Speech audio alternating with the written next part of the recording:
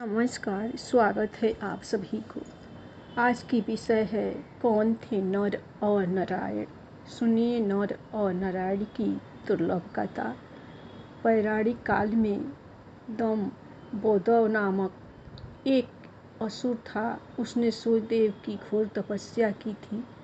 सूर्यदेव जब प्रसन्न होकर प्रकट हुए और वरदान मांगने को कहा तो उसने अमरत्व का वरदान मांगा। सूर्यदेव ने कहा यह संभव नहीं है। तब उसने मांगा कि उसे 1000 दिव्य कवचों की सुरक्षा मिले। इनमें से एक भी कवच सिर्फ वही तोड़ सके जिसने 1000 वर्ष तपस्या की हो, और जैसे ही कोई एक भी कवच को तोड़े वह तुरंत मृत्यु को प्राप्त हो जाए। सूर्य देवता बड़े चिंतित हुए। वे इतना तो समझ ही पा रहे थे कि वह असुर इस वरदान का दुरुपयोग करेगा, किंतु उसकी तपस्या के आगे वे मजबूर थे। उन्हें उसे यह वरदान देना ही पड़ा। इन कवचों से सुरक्षित होने के बाद वही हुआ जिसका सूर्यदेव को डर था। दंभोदर अपने सहस्त्र कवचों की शक्ति से अपने आप को अमर मानकर मनचाहे अत्याचार करने लगा। वह सहस्त्र कवच नाम से जाना जाने लगा। उधर सती जी के पिता दक्ष प्रजापति ने अपनी पुत्री मूर्ति का विवाह ब्रह्मा जी के मानव पुत्र धर्म से किया। मूर्ति ने सहस्त्र कवच के बारे में सुना हुआ था और उन्होंने श्री विष्णु से प्रार्थना की कि इसे खत्म करने के लिए वे आए। विष्णु जी ने उसे आश्वासन दिया कि वे ऐसा करेंगे। समय क्रम में मूर्ति ने 2 जुड़वा पुत्रों को जन्म दिया जिनके नाम हुए नर और नारायण। दोनों 2 शरीरों में होते हुए भी एक थे। 2 शरीर में एक आत्मा। विष्णु जी ने ऐसा साथ 2 शरीरों में नर और नारायण के रूप में अवतरण किया था। दोनों भाई बड़े हुए। एक बार दंभोदर इस वन पर चढ़ आया। तब उसने एक तेजस्वी मनुष्य को अपनी ओर आते देखा और भय का अनुभव। उस व्यक्ति ने कहा कि मैं नर हूँ और तुमसे युद्ध करने आया हूँ। भय होते भी दंभोदर ने हंसकर कहा, तुम मेरे बारे में जानते ही क्या हो। मेरा कवच सिर्फ वही तोड़ सकता है जिसने 1000 वर्षों तक तप किया हो। नर ने हंसकर कहा कि मैं और मेरा भाई नारायण एक ही हैं। वह मेरे बदले तप कर रहे हैं और मैं उनके बदले युद्ध कर रहा हूँ। युद्ध शुरू हुआ और सहस्त्र कवच को आश्चर्य होता रहा कि सच ही में नारायण के तप से नर की शक्ति बढ़ती ही चली जा रही थी। जैसे ही 1000 वर्ष का समय पूर्ण हुआ, नर ने सहस्त्र कवच का एक कवच तोड़ दिया, लेकिन सूर्य के वरदान के अनुसार जैसे ही कवच टूटा, नर मृत होकर गिर पड़े। सहस्त्र कवच ने सोचा कि चलो एक कवच गया ही सही, किंतु यह तो मर गया। तभी उसने देखा कि नर उसकी ओर दौड़े आ रहा है और वह चकित हो गया। अभी ही तो उसके सामने नर की मृत्यु हुई थी और अभी यही जीवित होकर मेरी ओर कैसे दौड़ा आ रहा है। लेकिन फिर उसने देखा कि नर तो मृत पड़े हुए थे। यह तो हुबहू नर जैसे प्रतीत होते उनके भाई नारायण थे, जो दंभोदर की तरफ नहीं बल्कि अपने भाई नर की तरफ दौड़ रहे थे। दंभोदर ने अट्टहास करते हुए नारायण से कहा कि तुम्हें अपने भाई को समझाना चाहिए। उसने अपने प्राण व्यर्थ ही गंवा दिए। नारायण शांतिपूर्वक मुस्कुराए और उन्होंने नर के पास बैठकर कोई मंत्र पढ़ा और चमत्कारिक रूप से नर उठ बैठे। तब दंभोदर की समझ में आया कि 1000 वर्ष तक शिव जी की तपस्या करने से नारायण को मृत्युंजय मंत्र की सिद्धि हुई है, जिससे वे अपने भाई को पुनर्जीवित कर सकते हैं।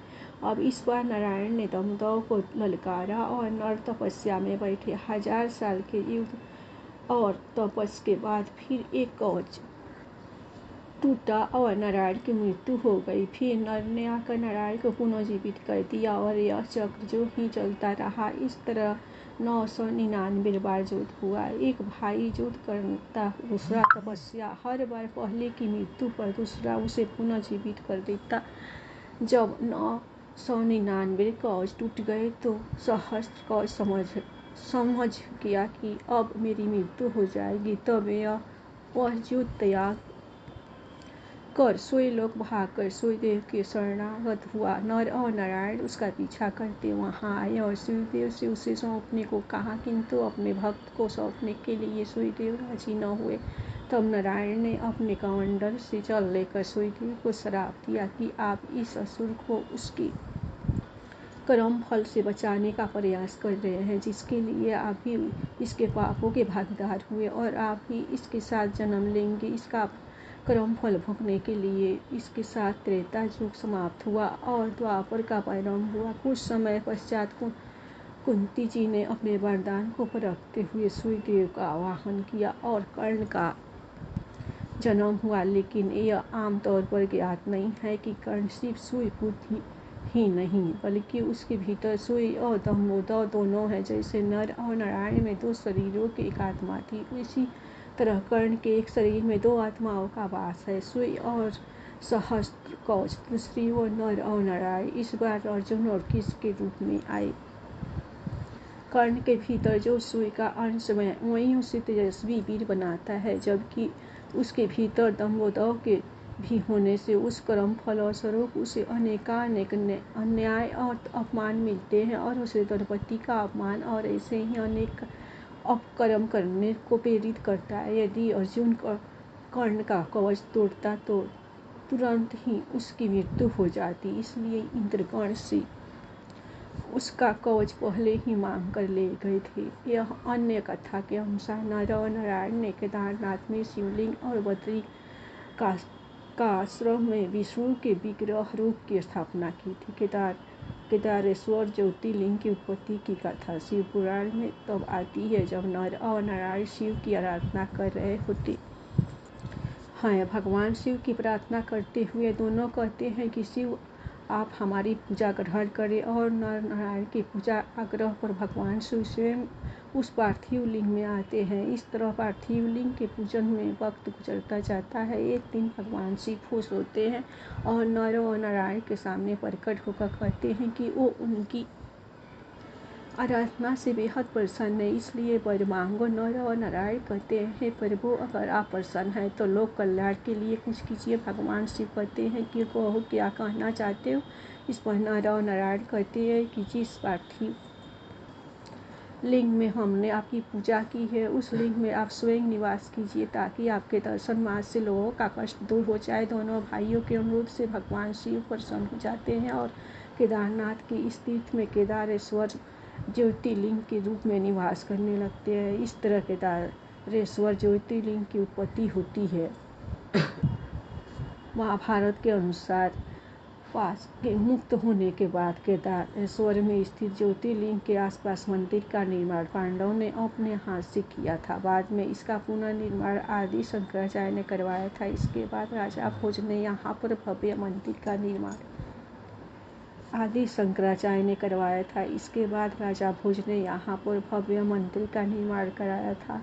हरिओम दोस्तों, आपको यह कथा कैसी लगी कृपया करके ज़रूर बताएं। वीडियो पसंद आया तो लाइक करें। धन्यवाद। आप लोग को यह कथा पसंद आई होगी तो आप लोग नर और नारायण कथा के नाम पर कथा